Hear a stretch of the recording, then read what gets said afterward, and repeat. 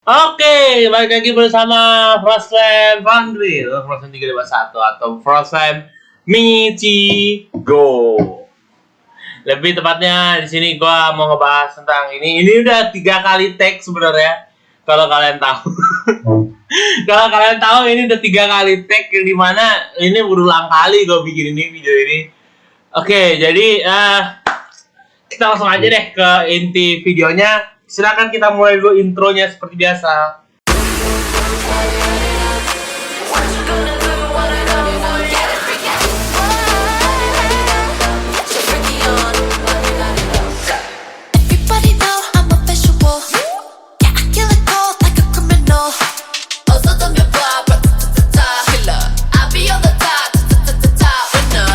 Oke, jadi sesuai judulnya kita akan membahas tentang anime musik ya, dan semua yang berhubungan dengan anime musik.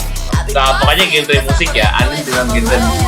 Di sini ada beberapa ya, ada 12 anime musik yang gua udah siapin sedemikian rupa. Ini Oke. Ini tuh udah disiapin dari kemarin. Jadi kemarin itu gue ngobrol di komisi punya gue dan di Discord gue, dan beberapa orang sepakat kalau ini tuh listnya itu akan seperti ini ya, ada 12 nih. Jadi langsung aja tanpa basa-basi lagi kita kocok dulu ya. Jadi kita kocok dengan satu lagu ya. Cang cang caka caka cang caka caka caka caka caka caka caka caka caka caka caka Caka caka caka caka caka caka caka caka caka caka caka caka. Sip, oke. Udah ya, udah teracak ya. Oke, jadi kita mulai dari yang pertama, Shigatsu. Apa sih nama Jepangnya? Your Lie in April. Ya. Your Lie in April. Karena gue lupa pakai bahasa Jepangnya Shigatsu bukan depannya. Jadi kita langsung mulai aja dari Shigatsu ya. Pertama gue jelasin dulu tentang Shigatsu. Jadi Shigatsu ini setelah gue tonton berkali-kali, lebih tepatnya gue udah nonton 3 kali atau 4 kalian Shigatsu ya. Jadi gue tuh makin lama nontonnya, kirain gue tuh sedihnya itu bakal nggak kerasa, malah sebaliknya, sedihnya itu malah makin berasa bro. Jadi nonton Shigatsu itu lo harus nyiapin tisu sekira-kiranya adalah 3 lembar. Mungkin 3-4 lembar kali ya, tergantung lu nontonnya berapa banyak gitu. Dan ya Shigatsu itu lumayan kayak menurut gue tuh agak sedih ya kalau dari alur ceritanya. Tapi katanya dia bakal dapet season 2, yang dimana gue nggak seneng sih kalau itu ada season 2-nya. Bukan nggak seneng dalam artian nggak seneng bahwa animenya bakal dilanjutin, bukan. Gue seneng animenya bakal dilanjutin, cuma maksud gue di sini tuh gue yang paling gak senangnya adalah ketika kita udah nangis, istilahnya bukan nangis sih, lebih ke kayak kita udah sedih bahwa si Kaori-nya udah meninggal, bahkan si ininya udah ngerasa kayak perjuangan dia udah selesai, itu malah dilanjutin gitu. Wah, itu sih mungkin emosional mungkin lebih dapat ya. Jadi ya kurang lebih gue bakal sedikit kurang menikmati animenya lagi gitu loh. Walaupun gue mungkin akan mencoba untuk menikmati animenya kalau misalnya season 2-nya udah keluar. Jadi Shigatsu ini kalau dari ceritanya tentang si Kaori dan siapa sih itunya? Gue lupa main karakternya. Gue lupa, pokoknya si Kaori ini pemain biola dan karakter utamanya tadi gue lupa inget ya. Jadi mungkin tayangan iklan terlebih dulu. Gak ada sponsor. Jadi karakter utamanya bentar. Siapa Your Lie in April itu? Bentar, gue ingat dulu. Si Kaori sama Kousei Arima ya. Gue nyari di laptop, bukan di laptop ya, tapi di HP. Jadi bakal beda nanti hasilnya. Jadi ya si Arima sama si Kaori adalah main karakter dari Shigatsu Your Lie in April ya. Jadi kalau menurut gua si Arimanya ini adalah seorang pianis yang dimana dia berhenti bermain piano karena beberapa alasan. Terus kalau tiba-tiba dia ketemu sama Kaori yang dia mau istilahnya lomba musik. dengan biola atau violin. Dia main di violinnya, tapi dia main biolanya itu nggak ada yang bisa nyamain dia gitu loh. Permainan dia tuh bahkan semua orang tuh pada emboh lah gitu loh. Biasanya kan itu ada kayak semacam pembantu di belakang gitu loh, pakai keyboard biasanya. Nah itu yang bikin semua keyboardis yang ngiringin si Kaori itu males karena dia terlalu cepat dan itu bergantung pada diri dia sendiri. Akhirnya dia ketemu sama si Arima, yang dimana Arima sama Kaori akhirnya bisa ngebantu ngebuat kayak semacam konser di lomba itu. Walaupun Arimanya masih nggak bisa main kayak piano gitu, karena emang ada beberapa trauma masa kecilnya dia. Jadi kita langsung ke rate-nya aja daripada kepanjangan ceritanya, soalnya ada 12 anime ya. Jadi rate-nya si Your Lie in April, gue jelasin dulu ya tentang rate-nya ya. Jadi off-rate ini tuh bukan berarti kayak dia sebenarnya harusnya tuh nggak setinggi itu, tapi enggak. Ini off-rate itu maksud gue adalah terbagus banget, dan bagus banget itu di bawahnya off-rate. Jadi kayak dia tuh masih ada yang kurang atau masih ada yang masih ada yang perlu dikembangin gitu. Bagus aja itu kekurangannya itu masih ada ya, masih pasti ada. Nanti bakal gue jelasin kekurangannya di mana aja kalau udah di bagus banget ke bawah. Nanti bakal gue jelasin. Kecuali underrated ya. Underrated itu gue bakal bilang kalau anime itu jelek, kurang lebih begitu. Oke, jadi Your Lie in April ini ngebahas tentang season 1-nya, sama season 2-nya, sama tentang lanjutannya ya, kayak gitu-gitu. Jadi menurut gue ini adalah bagus banget. Kenapa? Karena alasannya adalah gue nggak mau ngarepin adanya season 2 dari Your Lie in April. Kenapa? Di sini tuh gue yakin pasti banyak orang yang bilang ini tuh ceritanya nanggung, tapi lebih bagus begitu dibandingkan kalau kita lanjutin lagi, emosionalnya bakal lebih dapat gitu loh. Memang lebih dapat itu bagus, cuma kalau menurut gue itu kurang enak aja gitu loh gue nontonnya lagi gitu kalau misalnya season 2 nya jadi. Walaupun gue bakal coba untuk ngikutin alur ceritanya nanti, kurang lebih begitu. Oke, kita next ke yang berikutnya. Yang berikutnya ini ada D4DJ ya. Jadi D4DJ itu karakter utamanya itu adalah Happy Around sebenarnya. Jadi D4DJ itu sedikit ceritanya adalah dimulai di season 1-nya dimulai dengan satu orang yang namanya siapa gue lupa. Pokoknya dimulai dengan satu orang yang ketemu sama DJ terbaik dari sekolah menurut dia itu kayak opsionalnya dia sendiri, dan itu dia mengatakan kayak dia itu bagus main DJ-nya, dan dia mikir bahwa dia tuh bisa ngikutin lagu gitu loh. Si DJ itu mikir si main karakter ini bakal bisa ngikutin lagu dan bisa nari mengikuti lagu gitu, ngikutin tempo. Jadi mereka akhirnya ngebentuk lah namanya itu grupnya mereka sendiri. Jadi terbentuklah itu namanya Happy Around. Nah, di season 2-nya agak sedikit kurang karena menurut gue itu perpindahan dari antara si main karakter ke main karakter yang baru gitu. Itu masih belum dijelasin. Kayak main karakternya Happy Around tiba-tiba pindah ke Liki atau si siapa? Lupa gua itu namanya. Misalnya contohnya dari Happy Around ke Piki. Main karakternya berubah jadi Piki. Itu kan harus ada penjelasan dulu di awal gitu. Tapi di season 2 tuh nggak ada penjelasan kayak gitu. Sedangkan di season 1 ada penjelasan tentang bahwa di akhir-akhir ini kita bakal ngejelasin tentang Piki. Gimana caranya Piki itu terbentuk. Kayak gitu-gitu. Itu gua harus diolah lagi sih menurut gua di DJ ya.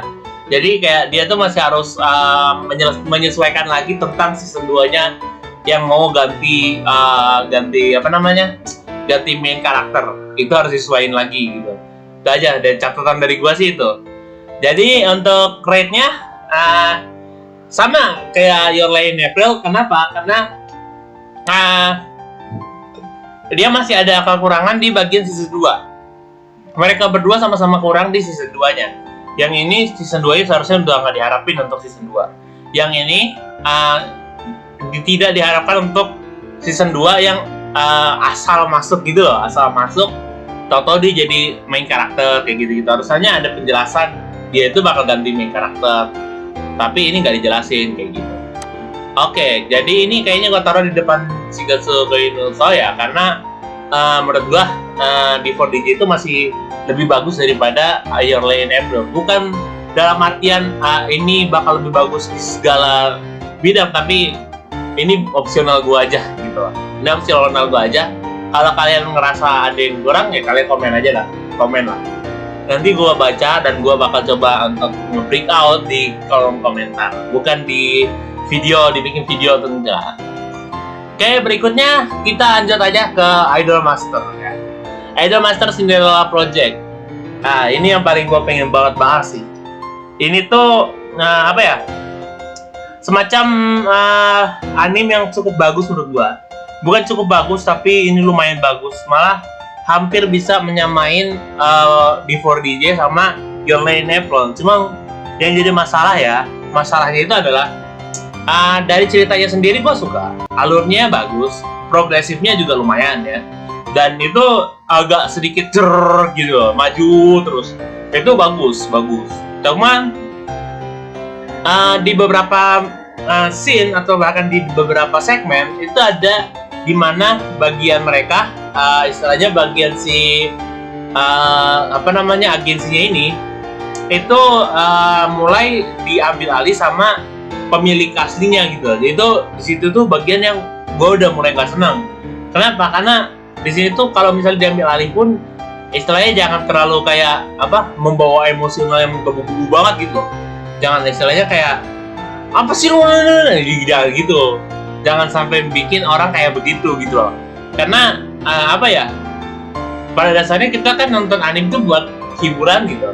Apalagi genrenya itu genre musik. Dan menurut gue emang gue paham tentang agensi-agensi kayak gitu. Pasti ada sisi baik, sisi buruk, dan sisi gelap, sisi terang kayak gitu-gitu. Gue paham. Cuma maksud gue jangan terlalu kayak kelihatan banget bahwa dia itu mau ngambil alih. Terus juga dia mau ngedoktrin satu perusahaan itu untuk bisa kayak begini. Jangan terlalu kelihatan banget lah istilahnya. Tapi ini malah kelihatan banget. Dan itu kayak emang dia mau merepresentasikan agensi yang tidak mengituin produser-produser yang ada di dalamnya gitu.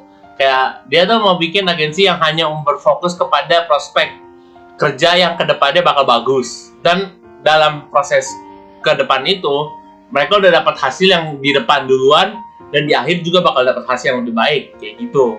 Gue paham kayak gitu-gitu. Cuma usahain sih jangan kayak terlalu kejam banget ya ditaruh di gudang kayak gitu-gitu. Itu lumayan menarik ya. Joke-nya ada dapat, terus ininya dapat. Cuma maksud gue jadi kayak lari dari genre musiknya gitu. Malah mereka ini tampil untuk musik, tiba-tiba berubah jadi agensi. Nah, di situ mending lu sekalian aja bikin Cinderella Project ini bukan sebagai musik gitu loh. Tapi kayak lu nyeritain tentang apa yang terjadi dalam agensinya itu. Kayak gitu loh. Dan untuk catatan lagi, di sini tuh dia ada side karakter yang bahkan lebih menonjol daripada main karakter. Yang dimana itu menurut gue itu seharusnya side karakternya itu dapat kebagian segmen lebih banyak dibandingkan dengan main karakter yang istilahnya tuh bukan lebih banyak dari main karakter, tapi maksud gue side karakternya yang menonjol seharusnya dapat segmen lebih banyak dibandingkan dengan yang sekarang udah ada gitu di Cinderella Project. Contohnya ada satu yang bisa ngeliat hantu itu yang di Idolmaster. Itu kan dia di agensi tuh dia kayak jago banget tuh ngeliat hantu, berhubungan dengan spiritual atau segala macam. Seharusnya dia lebih diperbanyak segmennya gitu loh. Karena emang dia pertama itu bisa ngebawa joke lebih banyak. Kedua, dia itu lumayan untuk bisa kayak kita dibikin oke, rehat dulu lah dari perdebatan dengan si nenek lampir yang satu ini kayak gitu loh. Kita rehat dulu dari si nenek lampir, kita fokus ke joke yang ada di side karakter gitu loh. Itu maksud gue lebih banyak gitu loh. Lebih banyak side karakter yang menampilin joke-joke gitu.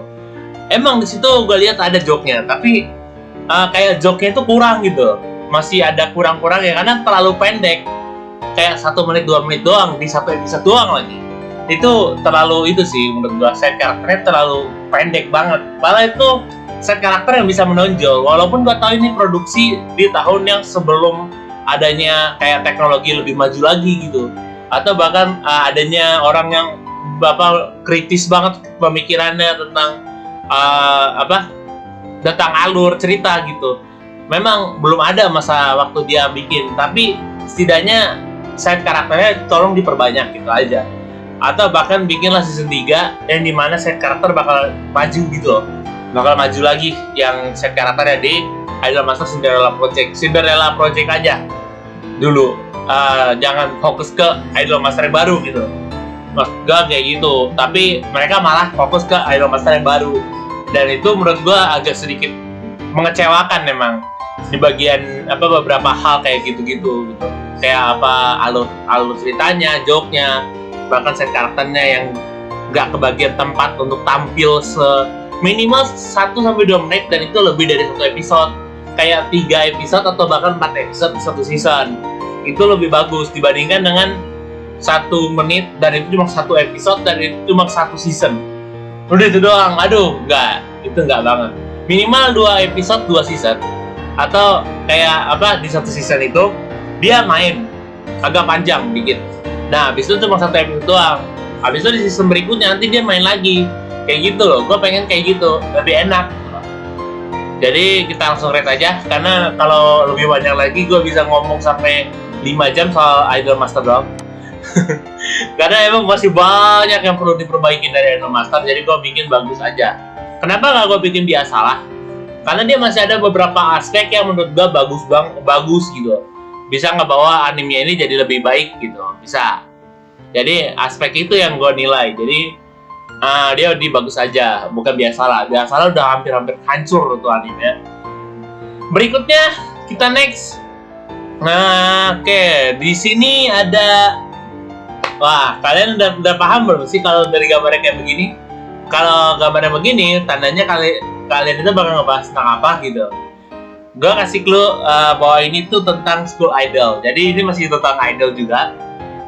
Oke, kalian sudah menebak. Jangan di skip ke itu dong. Jangan di skip ya. Apa ya, benar. Ya nggak tahu sih gue sih. Emang gue kayak Dora aja. Ya benar ya.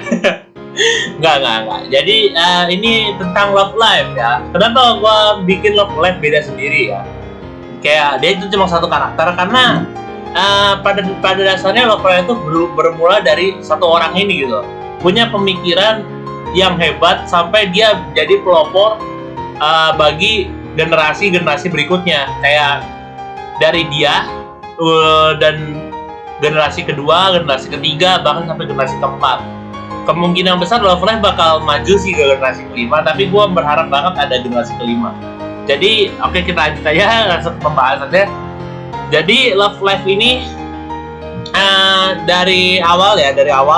dari School Idol Project yang paling pertama banget, itu gue udah ngeliat Love Live ini prospeknya lumayan bagus. Kenapa? Pertama, dia tuh bermain yang pertama itu di Arise ya.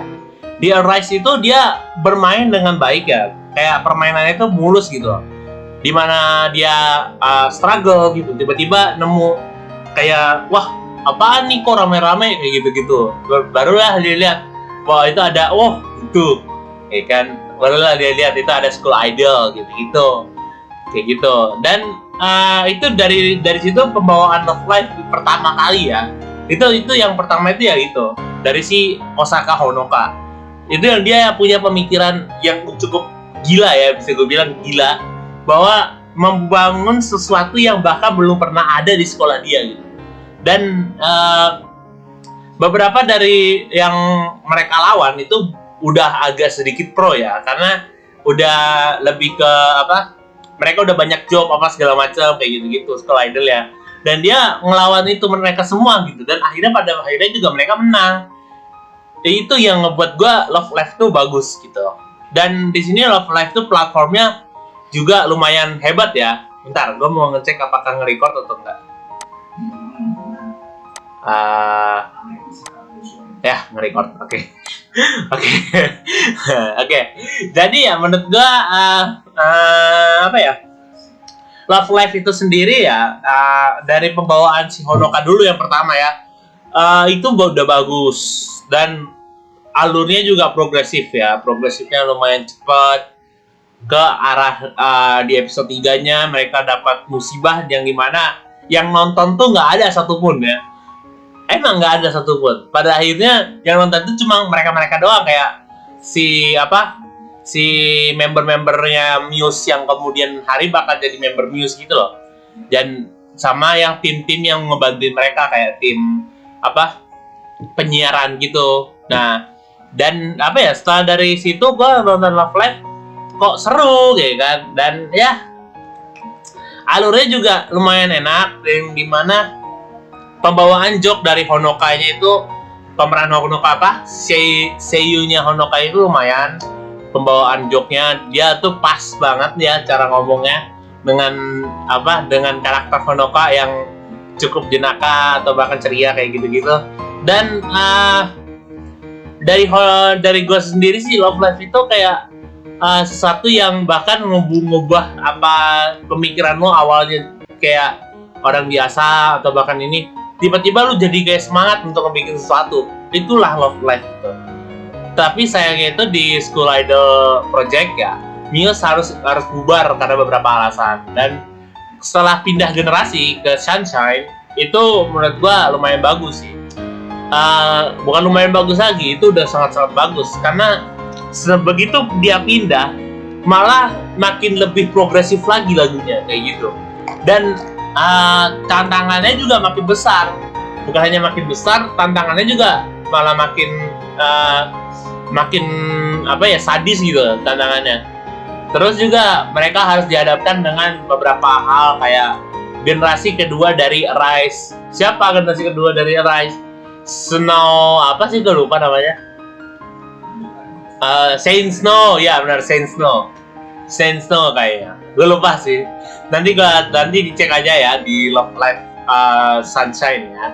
Terus habis itu di generasi ketiga memang nggak gabung sama Love Live dari sebelumnya kayak Sunshine sama School Idol Project. Emang dia nggak gabung. Tapi di yang ketiga ini yang Nijigasaki ini itu idolnya malah solo gitu loh. Dan ini kayak bisa ngebikin kita menggugah kita tuh bahwa nggak selamanya idol itu minta agensi untuk jadiin panggung gitu. Jadi bisa aja dari School Idolnya sendiri itu bisa ngebikin panggung mereka sendiri kayak gitu. Itu yang gue dapet dari Nijigasaki. Dan dari Nijigasaki itu sendiri banyak dari mereka yang lebih ke mengutamakan penampilan bahkan mengutamakan klub dibandingkan dengan sekolahnya yang utama gitu. Padahal sekolah utamanya itu harus banget diselesain gitu. Tapi pada akhirnya mereka malah fokus ke klub dan itu menurut gue lumayan negatif ya, lumayan membawa negatif. Tapi setelah dari itu juga mereka malah fokus ke sekolah gitu. Memang kita nggak dijelasin tentang bagaimana mereka sekolah atau gimana di Love Live, tapi mereka itu kayak dijelasin bahwa mereka itu harus fokus bahwa tujuan mereka itu apa gitu. Dan itu lumayan bagus sih. Dan setelah pindah ke generasi keempat itu nggak ada hubungannya sama Love Live yang sebelumnya lagi. Jadi dia tuh emang generasi keempat sama generasi ketiga itu malah beda-beda sendiri. Jadi generasi keempat itu kalau gue lihat di generasi keempat malah orang dari luar Jepang yang membawa Love Live gitu. Itu udah paling aneh, tapi itu salah satu caranya Jepang, lebih tepatnya caranya pihak studio Love Live untuk ngebikin kayak kultur apa sih namanya? Gue lupa. Kalau di kita asimilasi lah atau akulturasi budaya yang dimana kayak budaya dari Tiongkok ataupun Cina dipindah ke Jepang dan itu dibawa dia mengikuti budaya Jepang gitu. Itu lumayan seru sih. Jadi kayak mengajarkan budaya Jepang kepada orang-orang luar gitu. Itu gue pelajarin banget itu dari Love Live. Jadi emang dari semua musik yang ada di sini sebenarnya, yang ada di sini semua, Love Live adalah yang paling gue nanti untuk dibahas. Karena selain dari mereka yang punya cara mereka sendiri untuk menampilkan joke dan musik, mereka juga punya itu sendiri loh, apa kayak kasta mereka sendiri. Jadi di Love Live yang pertama, bendera Love Live itu masih kayak simple aja gitu loh. Bendera Love Live masih simple. Terus kemudian pas di kedua, itu benderanya udah makin panjang dikit, tiangnya udah makin panjang dikit. Jadi kayak beda 30 sentian dari yang Love Live pertama. Terus yang di Love Live yang ketiga, itu udah mulai runcing tuh ujungnya. Karena emang di Love Live yang kedua, yang Sunshine itu ditaruh di pasir. Dimana itu berarti tandanya mereka mau bikin siapa tahu yang menang orang-orang yang mau ngerancepin itu kayak gitu. Dan terus habis itu di Love Live yang keempat, di generasi keempat, si Superstar ya, Love Live Superstar itu benderanya makin itu lagi, makin kelihatan makin kelihatan rapi lagi, dirapihin lagi benderanya. Dan itu besinya juga kayaknya lebih ringan gitu. Kalau gue lihat dari itunya kayaknya udah lebih ringan lagi, diringanin mungkin bahannya.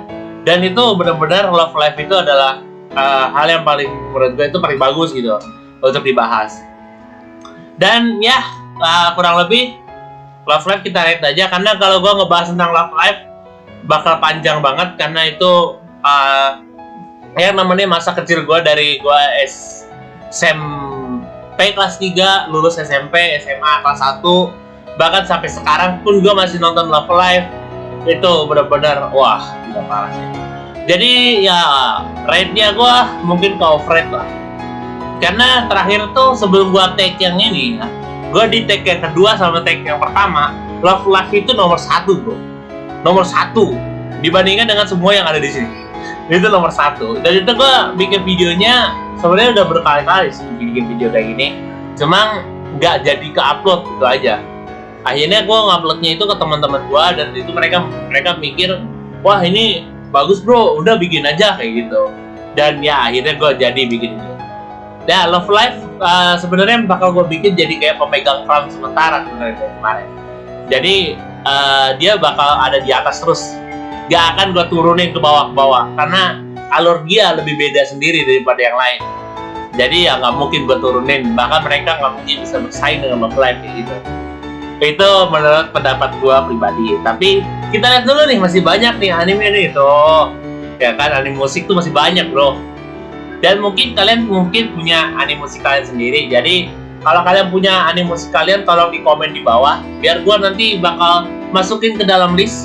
Dan ya nanti bakal gue coba adu dengan ini, dan bakal gue coba tonton dulu berarti kau. Karena ini gue semua udah nonton ini semua sampai tamat, udah nonton. Enggak sih, kalau yang ini belum tamat. Jadi ya ayo kita tonton lagi. kita lanjut lagi. Jadi yang berikutnya ada Paripikome nih. Waduh, siapa yang request Paripikome ini? Aduh, Paripikome dong. Makin susah pekerjaan saya di sini menilai.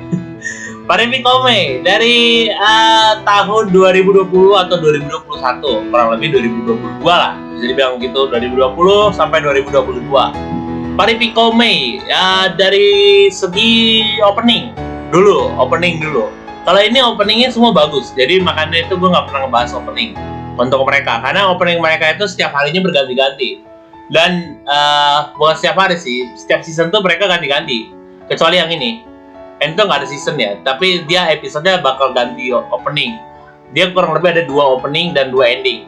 Yang ini ada 2 opening, 2 ending, 2 opening, 2 ending. Dan ini banyak banget, udah lu nggak usah nyari, ini udah pasti banyak. Ada 4 generasi, dan itu masing-masing punya OVA-nya sendiri atau bahkan punya ininya sendiri kayak gitu.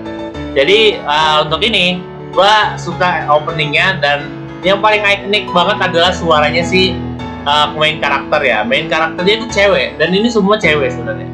Main karakternya itu sebenarnya ini semua cewek. Dan ya kenapa? Karena rata-rata ya anime genre musik itu pasti main karakternya awalnya cewek, atau bahkan main karakternya nanti bakal cewek atau cowok. Jadi jarang banget yang anime genre musik cowok, biasanya itu nggak ada yang cowok, jarang. Tapi ini kebetulan banget, ini gue nemu Paripikome, dan Paripikome itu MC-nya itu cewek dan cowok. Sebentar, gue lupa siapa penyanyinya Paripikome. Kalau itunya Kome aja kita sebut ya, karena emang emang Paripikome itu ya gitu. Artinya ya emang dia gitu, namanya gitu, Komi. Emang dia dipanggil Komi. Main karakter ya, kita lupa, gue lupa nama karakternya. Bukan. Siapa?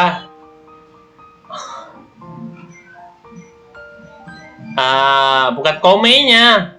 Eiko.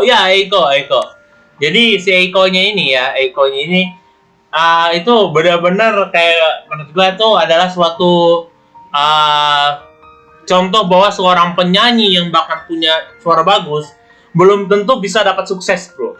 Belum tentu bisa sukses karena apa ya? Pertama dari segi agensi aja kita udah tahu nih dari Love Live nih. Enggak, ya dari Love Live. Bukan dari Idol Project. Idol Master aja, agensinya aja nggak senang dengan penyanyinya, walaupun penyanyinya suaranya bagus. Tapi kayak apa? Dari agensinya sendiri, mereka tuh bukan hanya sekedar ngitung dari suara loh.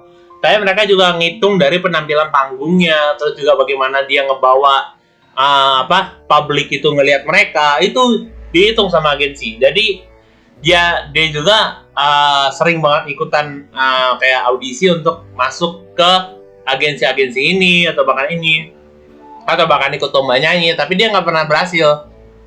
Alasannya simple, karena beberapa yang nguji dia itu lebih memilih kayak emang lu udah punya sertifikat berapa, lu udah menang berapa kali kayak gitu-gitu. Dan emang dari Paripikome itu sendiri gue ngeliat bahwa si Eiko ini memang cocok untuk jadi penyanyi kayak lawannya dia gitu.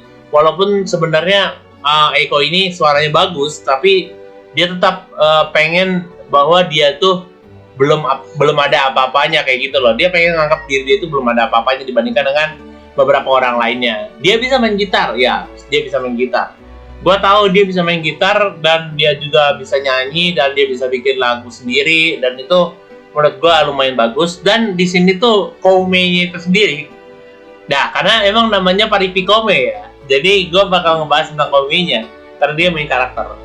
Komenya itu punya strategi yang dimana strategi dia itu adalah mempertajam cara si Eiko bernyanyi. Kayak Eiko-nya tuh disesuaikan dengan lagu yang dia miliki, bahkan lagu yang bakal dia buat kayak gitu. Dia punya strategi untuk bisa membawa lagunya itu bisa didengar masyarakat luas.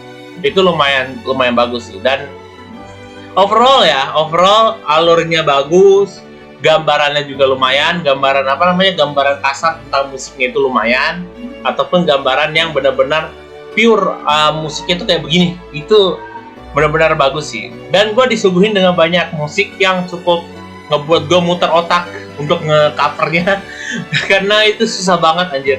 Dan ya semua lagu-lagu yang ada di sini, lagu-lagu mereka ini sebenarnya semua adalah lagu-lagu yang bagus pada dasarnya. Dan karena beberapa hal gue ngerti tentang musik, pada dasarnya Paripikome ini punya rate yang cukup tinggi sebenarnya. Jadi gue bakal taruh bersamaan dengan Love Live aja, karena dia ini udah sekelas Love Live, bro. Bayangin aja, lagu nada dia aja udah setinggi itu gitu loh. Sedangkan Love Live nada setinggi itu harus dibagi-bagi lagi, dan dia hanya bisa melakukannya sendiri gitu. Dan udahlah, gak usah dibahas, panjang pokoknya. Jadi mereka ini pemegang sementara lah, tapi crown tetap bakal gue kasih kepada seseorang yang ada di paling pojok ini.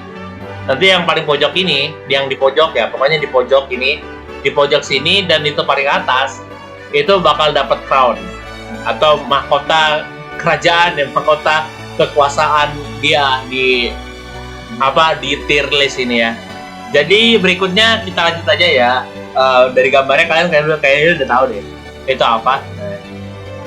Oke, kita lanjut. Nah, di sini kita dapat request dari adik gue sendiri. Dan ini tentang Keon. Jadi Keon ini sebenarnya kemarin tuh gue nonton gue nonton sendiri sih kayaknya. Gue nonton maraton Keon sendiri, dan itu bener-bener gue sendiri yang nonton dan gak ada lagi yang nonton ya. Karena emang pertama gue nontonnya emang kayak adalah nonton aja kayak gitu. Jadi gue nonton Keon udah berkali-kali, beratus kali ya. Dari semenjak ke gua masih SMA kelas 2 sampai sekarang pun gua masih nonton Keon dibolak-balik. Itu lu bayangin aja, setiap hari itu gua pasti ada nonton Keon. Nggak, sampai gua mau masuk kuliah ya, kayak nunggu pengumuman kuliah, masuk kuliah. Itu lama banget itu. Dan ya apa ya, kayak mungkin Keon pun nanti bakal, kalau gue nanti nyusun skripsi ya, jadi nyusun skripsi, kayaknya dia bakal nemenin gue gitu. Karena apa ya, Keon tuh menurut gue itu adalah yang paling bagus dibandingkan dengan yang lain gitu. Dan Keon itu sendiri benar-benar ngebawa hal yang menurut gue itu adalah hal terbaik yang pernah ada gitu. Pada dasarnya walaupun Love Live lebih tinggi dari Keon, tapi Keon itu kalau ditonton ulang tuh nggak bosan. Kalau Love Live ditonton ulang-ulang bukan bosan, tapi malah lu nangis nanti. Pelan-pelan lu nangis. Coba kalau lu nonton School Idol aja, School Idol Project yang Love Live yang pertama, lu nonton sampai lu bener-bener udah enak, kayak udah mual gitu, pasti lu nangis bro, nggak mungkin enggak. Gua udah nonton ini kurang lebih satu hari itu bisa gua tonton 2 kali ya, dan itu bener-bener gua udah nyiapin tisu banget itu, satu tisu udah kepake gitu istilahnya. Dan ya Keon tuh emang ada juga sama sedih-sedihnya juga, tapi Keon itu lebih ke band ya dibandingkan dengan Love Live yang lebih ke idol. Dan menurut gua Keon ini dari alurnya juga bagus, joke-nya juga dapat, terus juga musiknya yang mereka bawa itu juga lumayan membuat gua untuk coba gua cover, dan itu gua bener-bener seru banget nih kayaknya nih mau cover ini. Gua bener-bener pengen banget cover lagu-lagu Keon dari awal semenjak gue nonton Keon gitu. Dan ya gue langsung rate aja, karena kalau gue ngebahas Keon nanti kepanjangan kayak Paripikome sama Love Live. Jadi Keon bakal gue masukin ke overrate aja, tapi tadi dulu antara Keon sama Paripikome emang tahun keluarnya beda sih, tapi menurut gue dari 2012, ini kan 2012 sampai sekarang pun dia masih bisa eksis gitu loh. Kayak dia itu masih bisa masih bisa bersaing dengan musik modern, itu lumayan bagus sih. Karena dia pada dasarnya anime pertama yang mengangkat cerita tentang band di sekolah. Itu menurut gua bagus sih. Tapi gua nggak tahu ya, apakah ada anime lain sebelum Keon, apakah ada anime lain yang mengangkat tema yang sama kayak band, tapi sebelum Keon gitu, sebelum Keon. Dan ya, gue mungkin bakal cari tahu tentang itu. Tapi Keon tidak bisa mengalahkan Love Live guys, karena Love Live sendiri dia apa ya, kalau menurut gue rate dari gue itu 9,9 bro. Ini bahkan hampir 10 rate gue untuk Love Live. Jadi ya nggak mungkin Keon bisa semudah itu mengalahkan Love Live, enggak. Tidak semudah itu. Jadi Love Live tetap bakal gue coba untuk bisa dikasih crown. Gue nggak mau crown dari crown kerajaan ya, pemenang kemahkota pemenang kita diambil begitu aja, nggak, gue nggak terima. Karena Love Live itu masih bisa lebih tinggi dari semuanya. Kita lanjut aja ke berikutnya. Berikutnya ada Luminous Switch atau Renmei Kungun, dan ini request dari gue sendiri. Lebih tepatnya ini setelah gue tonton berkali-kali juga, ini cukup menarik ya, karena pertama animenya itu progresif tentang perang ya, dan dimana di sini tuh ada terobosan baru di dalam perang, yang dimana itu beberapa orang mungkin berpikir bahwa ketika kamu membuat divisi tentang penyihir itu, karena di sini dunianya dunia penyihir ya, kalau ketika kamu bikin divisi tentang penyihir, kamu pasti harus berpikir tentang mereka akan menyerang. Tapi di sini dia malah berpikir untuk tidak menyerang. Kayak gue nggak mau nyerang, tapi gue mau agar gue menghibur orang lain dan juga menghibur semua orang kayak gitu. Mereka kan habis perang dengan musuh yang cukup berat untuk dilawan. Nah, musuhnya itu juga bukan manusia gitu loh, bukan sesama negara atau bahkan apa. Musuhnya itu ya itu apa kayak semacam juri atau gimana. Dan itu menurut gua adalah hal yang paling wah gila bagus gitu, apa terobosan baru gitu loh, bahwa mereka bisa dengan mudahnya untuk menghapus menghapus pasca perang gitu loh. Pasca perang kan menghapus rasa sedih orang, dan dengan lagu mereka ngebawa hal yang nyaman, tenang, anteng gitu loh. Jadi anteng hidupnya gitu. Tapi pasti ada tapinya dong, nggak mungkin nggak. Karena beberapa alasan dia nggak ada dapat pengumuman tentang season 2.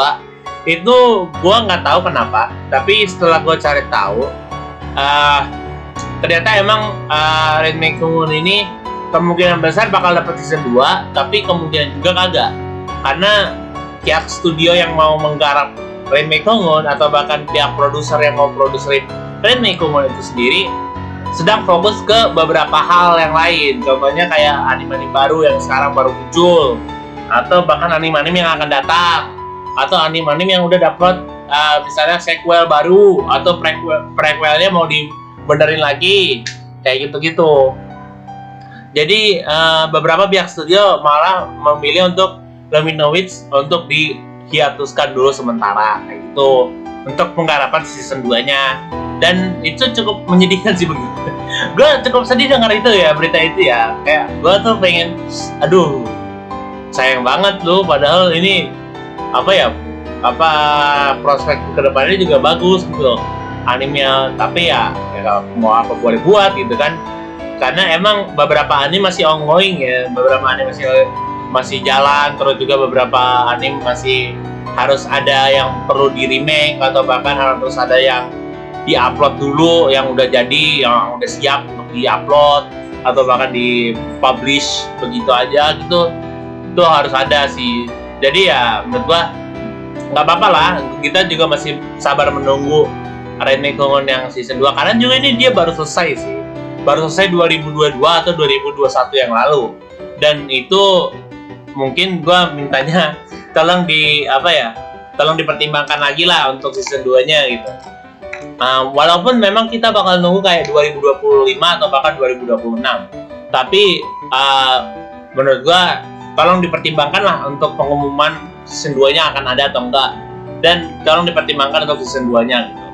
Dan ya kurang lebih ini cerita yang cukup menarik ya menurut gua, karena Ren Meikunghoon ini ngebawa tentang cerita yang sangat-sangat hebat, tentang seorang prajurit yang mereka bukan prajurit biasa, istilahnya mereka itu bukan untuk perang, tapi mereka malah untuk membantu orang-orang agar bisa terhibur, dan mereka bisa melupakan tentang masa-masa perang. Wow, itu lumayan ya kalau berdua. Dan genre yang sama, yang perang dan musik, sebenarnya ada satu lagi, tapi itu lebih ke perang sih, karena musiknya itu hanya sekedar sampingan.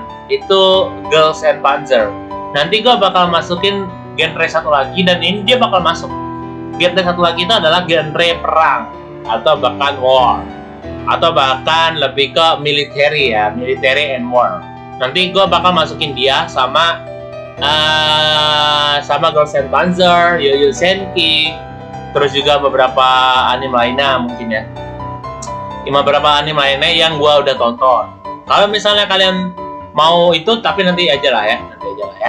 Jadi ini gue masukin dulu ke rate-nya, karena kalau gue bahas lagi Ren Meikunghoon hampir sama dengan Love Live dan Paripikome dan Keon, ini tuh cukup menggugah apa yang gue rasain selama ini gitu. Jadi ini bakal gue taruh di, jelas ini nggak bakal di nomor 1 karena Love Live masih nomor 1. Paripikome-nya mungkin digeser aja dulu. Karena ini tuh lebih bagus dari Paripikome, karena di sini tuh caranya itu lebih banyak dan dia lebih ke idol gitu. Walaupun dia ke idol, tapi dia masih belum bisa ngalahin Love Live. Karena emang dia di sini tuh masih bergenrenya perang. Mungkin dia di belakang Paripikome aja deh. Karena dia genrenya beda sih. Musiknya ini hanya sekedar sampingan juga sih sebenarnya. Tapi gue masukin karena emang dia pada dasarnya pakai musik untuk selesaiin semua masalah gitu. Oke, kita langsung ke berikutnya. Berikutnya itu ada Primadol. Ya, Primadol ini setelah Gua tonton ya, ini dia masih dapat 1 season. Ceritanya itu tentang sebuah mesin ya, lebih tepatnya mesin buatan mekanik. Jadi kayak dia tuh robot AI yang dibuat sedemikian rupa agar bisa mirip dengan manusia. Tapi robot AI ini tuh dia tuh berbeda dengan robot AI yang lainnya. Dia itu diciptakan bukan untuk bertempur tapi untuk bernyanyi. Dan di sini tuh gue bener-bener menikmatin banget progresifnya, terutama lagu di Ice Cream Taruh kata ya kan, itu lumayan nikmat banget gitu untuk didengar lagunya, dan itu kayak nyaman banget kita ngedengernya. Dan ya setiap kali dia ngebikin lagu, setiap kali dia nyanyiin semua lagu itu lumayan bagus, dan itu bagus lah gitu. Oh ya, sebelum itu gue ngomong dulu ya bahwa semua yang ada di sini, anime musik yang ada di sini sebenarnya itu adalah anime musik yang series ya. Jadi gue ini masih ngebahas tentang anime musik yang series, yang dimana ini tuh ada kayak 12 episode, 13 episode. Dan besoknya itu bakal gue coba untuk maksudnya di next segmen yang tentang musik itu gue bakal coba cari semua movie yang berhubungan dengan musik, dan nanti bakal di-compare dengan satu sama lain gitu. Karena ini bukan movie ya. Walaupun ini ada movie-nya, ini belum ada movie-nya. Walaupun ini ada movie, tapi bukan berarti ini tuh bakal masuk ke sini movie-nya mereka, enggak. Jadi movie-nya mereka tuh nggak akan di-compare dengan yang ini. Tapi movie mereka bakal di-compare di next episode of music ini. Next episode dari anime musik ya, tier anime musik. Jadi ya mungkin di next tier musik berikutnya akan membahas tentang movie musik yang berhubungan dengan anime. Pokoknya movie anime musik gitu. Kayak OVA dari anime yang bergenre musik gitu. Jadi Prima Doll, kembali lagi ke Prima Doll, kayak Dini tuh menggugah bahwa ada plot twist yang tak terduga kayak gitu-gitu. Terus ada kayak semacam kayak lebih ke war sih, emang sih hampir sama kayak ini war, tapi memang dia musiknya bagus-bagus sih. Cuma mereka nggak perlu pakai instrumen karena mereka AI. Mereka udah ada instrumen sendiri di dalam tubuh mereka, dan itu lumayan menggugah pemikiran kita bahwa AI itu bukan hanya sekedar untuk dijadiin perang atau bahkan untuk menguasai dunia atau bahkan untuk membuat tugas kalian atau apapun itu. walaupun begitu ya, tapi gue tetap bakal nge-rate ini agak sama dengan ini kayaknya. Jadi dia bakal langsung aja gue rate ke sini, coverage, walaupun dia ada di posisi ke-5. Ini mungkin bisa berubah ya, 3 ini, yang 2 ini nggak mungkin berubah karena ini hal yang paling gue suka. 3 ini mungkin bisa berubah nih. Oke, kita lanjut nih. Selanjutnya ada Auno Orchestra. Oke, kalian mungkin nggak pernah tahu tentang Auno Orchestra ya. Orchestra. Apa sih? Gue lupa. Orchestra. Oke. Auno Orchestra itu tentang seorang anak SMA yang akhirnya dia itu bergabung dengan klub orkestra milik gurunya dia yang merupakan mantan SMA di situ, bersama dengan pelatih coachnya orkestra itu yang juga dulu tuh mantan SMA di situ dan akhirnya jadi coach di situ, dan kayak menjalankan orkestranya ini biar bisa berjalan dengan baik gitu. Dan di sini tuh memang gue agak sedikit kurang senang dengan background story-nya ya. Kayak bapaknya selingkuh, terus juga istrinya ditinggalin apa segala macam. Itu gue kurang suka. Usahain background story-nya jangan kayak begitu karena itu terlalu ini tuh emang anime itu kadang emang bukan buat anak-anak atau bahkan untuk orang dewasa atau bahkan gimana. Tapi kalau menurut gue kurangin yang background story yang agak terlalu dark gitu loh, yang kayak selingkuh apa segala macam. Mungkin kayak background story-nya kayak ayahnya itu menghilang entah kemana ketika kecelakaan pesawat atau gimana. Itu lebih bagus dibandingkan dengan lo ngebikin background story bahwa dia itu selingkuh. Itu terlalu apa ya, enggak terlalu ngebawa hal yang terlalu dewasa gitu loh. Apalagi gua tuh paling nggak senang kayak begitu gitu loh, ada kayak begitunya, apa kayak hal-hal negatif yang terlalu berlebihan gitu gua kurang suka.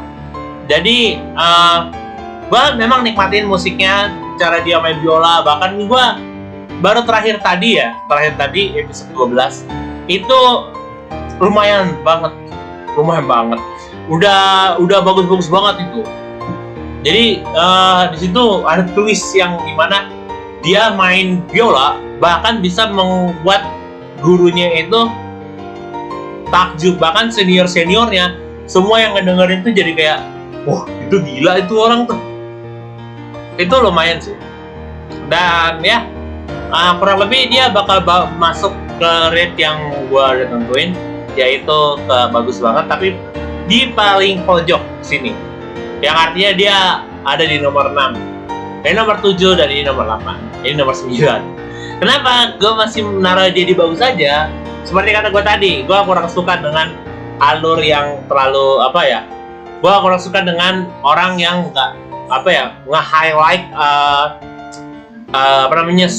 supportive karakter gitu loh, support karakter, atau misalnya kayak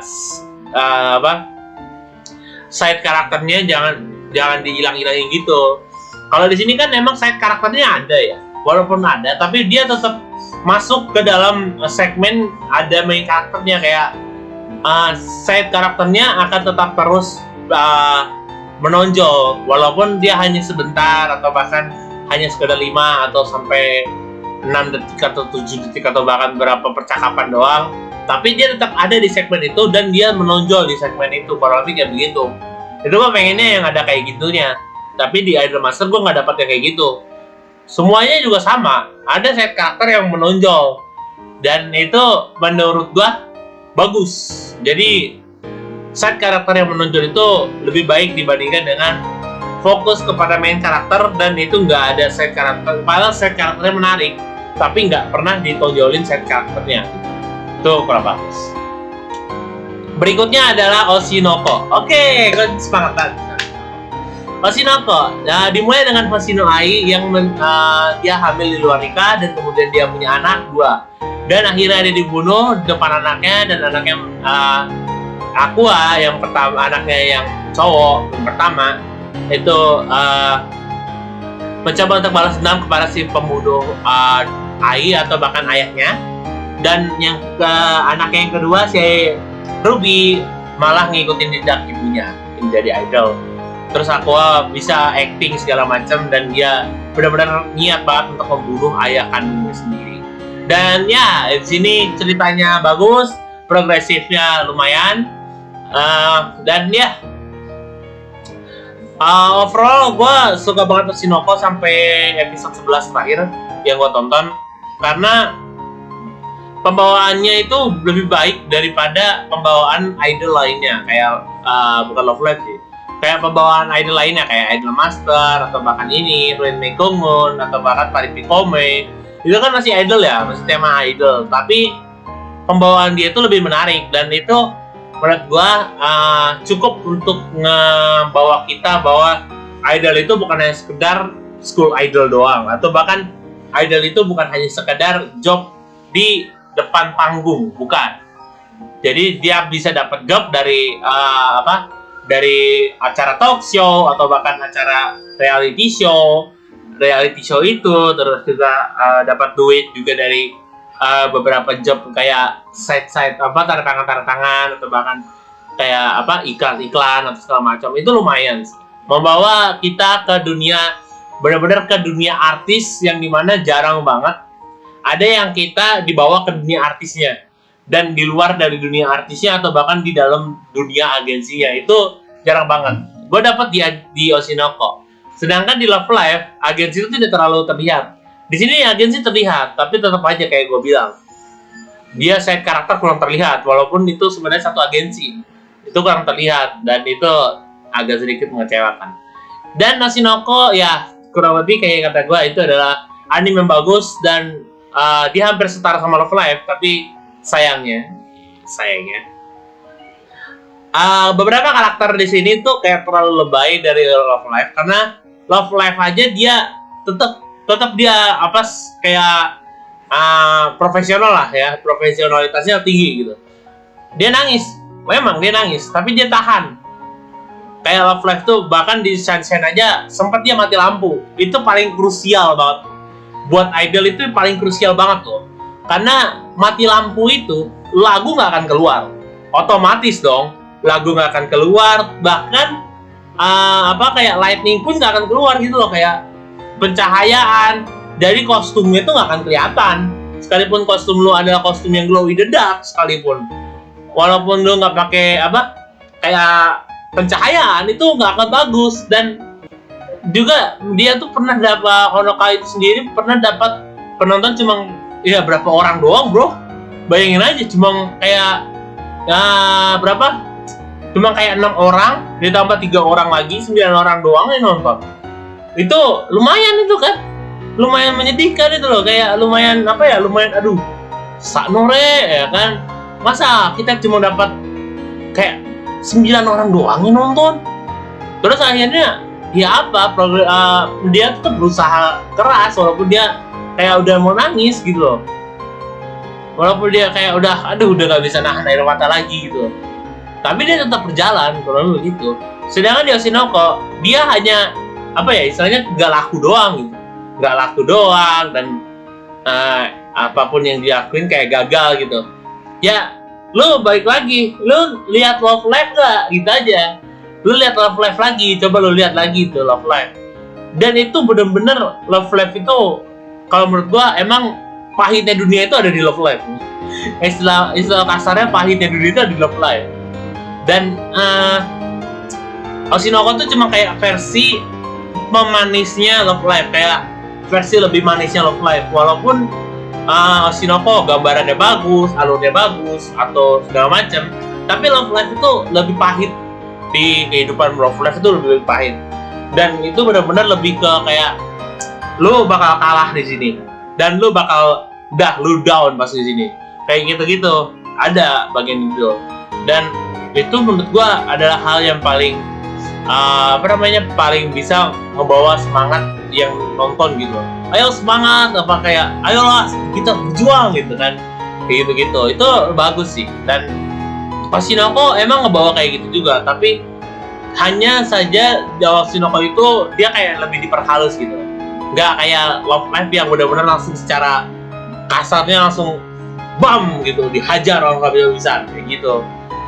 Dan ya kayak kalian menurut gua kalau misalnya dari segi agensi emang dia lebih bagus karena dia lebih menonjolkan agensi, dan ini memang menonjolkan agensi juga, tapi di sini agensinya dia itu lebih menonjol lagi gitu loh, kayak dia gabungan dari Love Live sama Idol Master.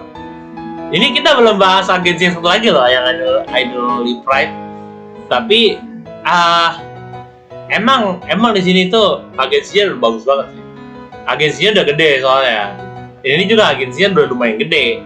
Kalau ini agensinya udah gede, terus dia turun agensinya jadi agak kecil. Enggak sih, dia agensinya agak kecil, tapi dia naik gara-gara Ashino Ai, tapi nggak bisa naik secepat itu karena pendapatan mereka juga kurang gitu. Oke, apa ini? Oke, jadi ya kurang lebih kita langsung kita langsung dibawa ke main karakter akan diganti dengan Aqua dan Ruby. Itu lebih bagus.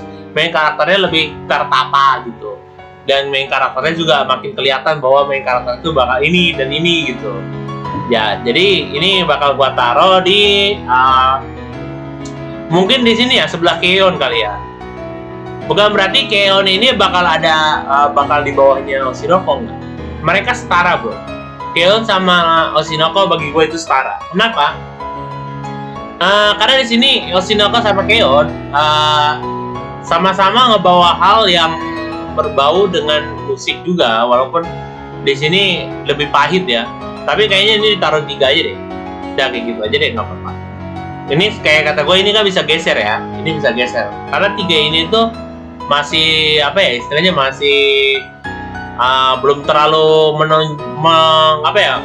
meningkatkan meningkatkan ke arah musiknya secara menyeluruh, tapi tetap aja mereka masih kurang lah istilahnya gitu, masih ada kurang-kurangnya. Walaupun mereka udah sangat-sangat bagus, ini gua taruh overrate walaupun begitu, tapi mereka masih harus banyak yang kayak diperbaikin lagi atau di remake lagi. Gitu. Oke, kita lanjut aja ke Idly Pride. Oke, Idly Pride ini hampir sama kayak Oshinoko ya. Jadi si idol main karakter bakal meninggal di awal. Nah, jadi ya bagi gue itu lumayan sih. Kayak emang Kadokawa demennya kayak begitu ya. ini BTW ya, ini diproduserin oleh Kadokawa juga ya. Ini juga sama, diproduserin oleh Kadokawa. Dan emang kalau misalnya diproduserin sama Kadokawa, pasti dia demennya awal-awalnya itu mati gitu. Pasti gitu. Kalau misalnya dia yang ngubah gitu loh, ngubah alur ceritanya atau bahkan ngubah isinya gitu, biasanya Kadokawa kayak begitu. Tapi itu adalah cara yang terbaik untuk menjual kayak menjual itunya gitu loh. Menjual animenya lebih baik. Dan ini di Idly Pride, menurut gua agensinya lebih bagus dari ini, jelas, otomatis. Gue bilang kayak gitu. Dan di sini di Idly Pride ini beberapa hal yang perlu gue perhatiin itu adalah pertama, di Idly Pride itu jangan sampai ada semacam kayak sedikit aja bumbu yang kurang enak. Itu kayak dia hampir mirip dengan ini. Side karakternya tidak ditonjolin, tapi akhirnya dia nyadar bahwa itu harus dinaikin nih, harus dibanyakin nih segmennya buat si side karakter. Akhirnya side karakter ditonjolin juga sama dia, dan itu benar-benar bagus. Dan overall alurnya bagus, sampai sama kayak Oshinoko kayak gue bilang, alurnya bagus, dan idol juga sama kayak Oshinoko. Dan ini mungkin penilaiannya sama kayak Oshinoko, jadi ini setara ya. Mereka setara, dan ini mereka berada di posisi 3 dua-duanya. Jadi 2 anime dan di posisi 3, 4, 5, 6, 7, 8, 9, dan 10. Oke, kita lanjut ke yang berikutnya. Oke, yang berikutnya itu ada yang terakhir ya. Ada Bocchi the Rock. Kalian mungkin nggak pernah tahu lah Bocchi the Rock. Bocchi the Rock di sini gue terlalu menikmatin lagunya. Dan terlalu menikmatin tentang bagaimana dia ngejok gitu loh. Kayak bagaimana si Bocchi yang selalu kayak merasa suffer, terus juga dia kayak gitu. Itu bagus sih, dan itu benar-benar komedinya dapat,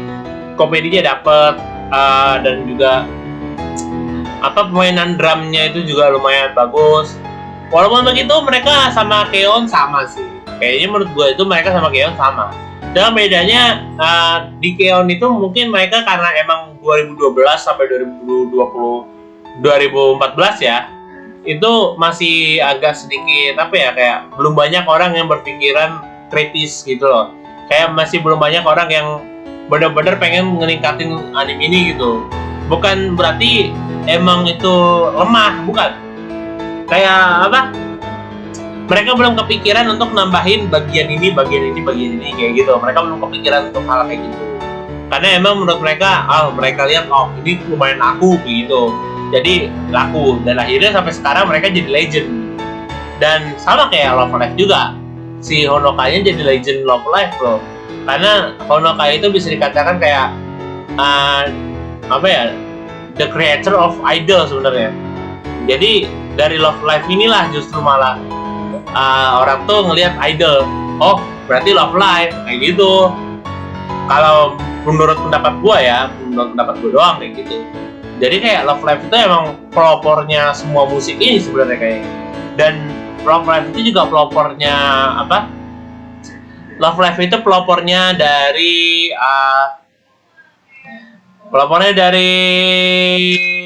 si siapa? Idol ini yang kayak Idly Pride atau bahkan Idol Master. Itu kayaknya mereka ngikutin Love Live, cuma bedanya kayak Love Live itu mungkin tahun keluarnya lebih baru daripada mereka, karena pasti ada gambaran yang perlu diselesain atau semacamnya gitu-gitu. Tapi overall dia nggak kalah sama Idle Pride loh, malah dia lebih tinggi dari Idle Pride. Idol Master yang tahun keluarnya hampir-hampir sama, tapi Idol Master malah lebih kalah daripada Love Alive ya kan. Tapi kalau Bocce the Rock, dia nggak bisa di-compare sama yang itu bro, sama idol ini mereka nggak bisa. Si Bocce the Rock tuh nggak bisa, tapi si Bocce the Rock ini bisa di-compare dengan Keon.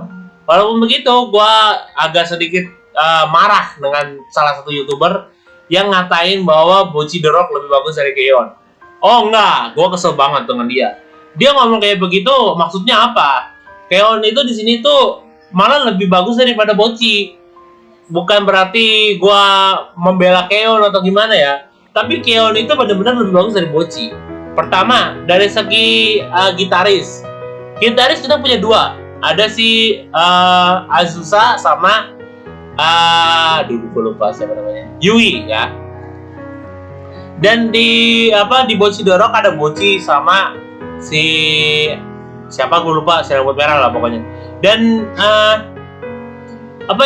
kalau misalnya lu bilang siapa yang paling ikonik dari band ya, tentang band yang paling ikonik itu pasti Keon.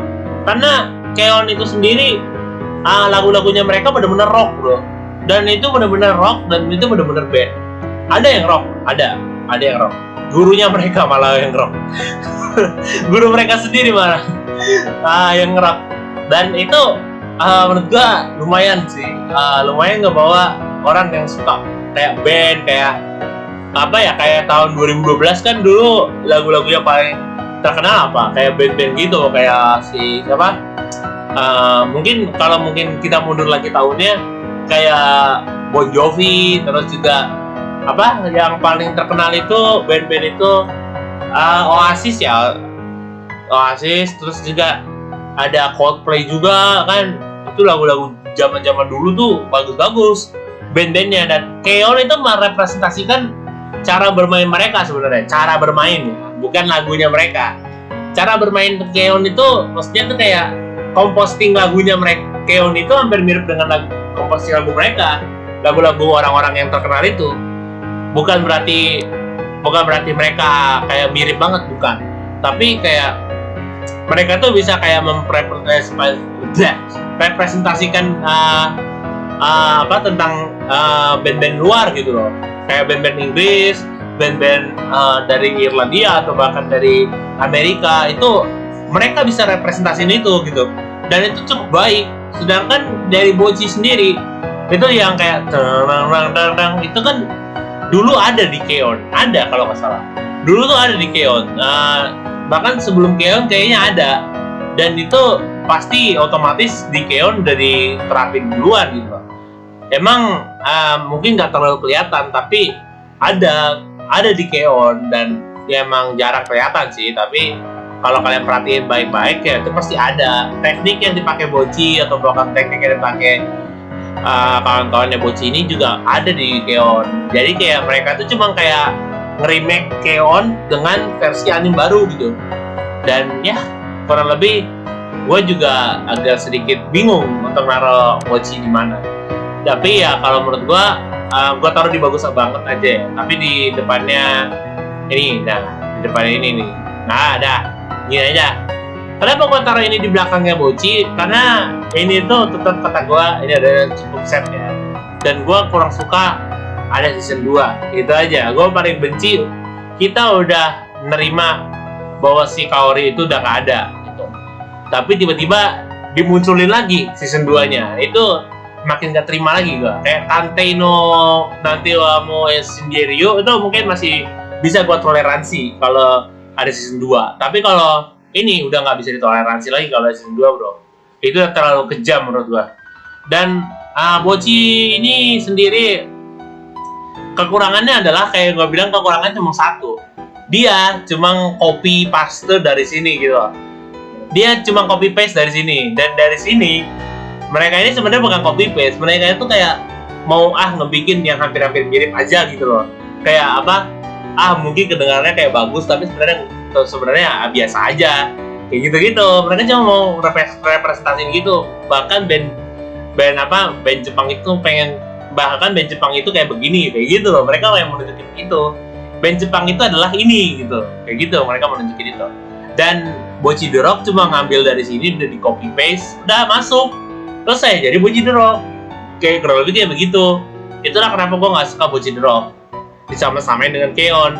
Itu nggak boleh, sebenarnya nggak boleh disama-samain, karena Bocchi The Rock itu di bawah Keon sebenarnya. Walaupun begitu, banyak orang yang bilang Bocchi The Rock lebih bagus daripada Keon. Alasannya karena mereka Bocchi The Rock tuh udah makin bagus lah istilahnya, teknik-teknik kita. Nah, iya gue tahu, tapi di Keon itu kan dulu tuh nggak ada teknik kayak begitu. Istilahnya kalau mau dibikin teknik kayak begitu pun mereka sebenarnya sanggup. Cuma mereka ini karena emang keterbatasan teknologi untuk ngegambar atau bahkan drawing si itunya, karakter-karakter yang ada di situ. Makanya mereka nggak bisa ngebikin teknik yang kayak Bocchi di Keon. Susah karena teknologinya nggak cukup, waktunya mungkin mepet apa segala macam gitu. Apalagi 2012 ini bro, ini 2020-an lah, 2020-an, 2021 gitu-gitu. Ya jelas lah kalau mereka udah bisa rame kayak gitu, jelas lah mereka lebih bagus. Karena mereka udah dikasih teknologi, udah bisa dicocokin, bahkan udah bisa nyewa orang yang emang udah pro dan ahli untuk ngebikin animasi kayak begini, kayak gitu-gitu. Dan ya, menurut gua janganlah lagi dibilang Bocchi lebih bagus daripada Keon. Lu mau gelut sama gua, ayo sini. Gak. Tapi itu opsional masing-masing orang sih ya. Tapi kalau menurut gua, Bocchi itu nggak boleh dibilang lebih bagus dari Keon. Karena lu lihat aja sendiri bro, yang lebih bagus dari Keon aja masih ada, Love Live bro. Gua tuh bukan ngelihat dari cara mereka bermain atau musiknya, bukan hanya itu.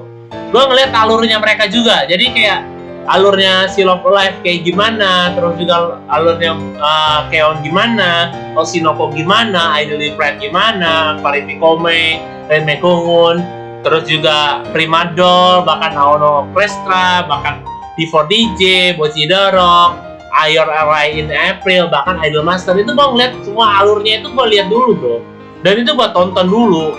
Gak mungkin gue asal ngejeplak tir kayak gini, enggak. Dan emang lo harus hati-hati karena Bocchi sama Keon ini kemungkinan besar mereka memang studinya beda, produsernya mungkin beda. Cuma salah satu dari mereka ini bisa aja ada yang lebih bagus, ada yang lebih buruk. Tapi bukan berarti dua-duanya buruk, kayak semuanya not bad gitu loh. Tapi di sini memang ada direpresentasikan skill gitar yang baru dari Keon yang nggak ada gitu. Kurang lebih begitu. Walaupun sebenarnya di Keon pun bisa ditambahin kayak skill gitar kayak gitu.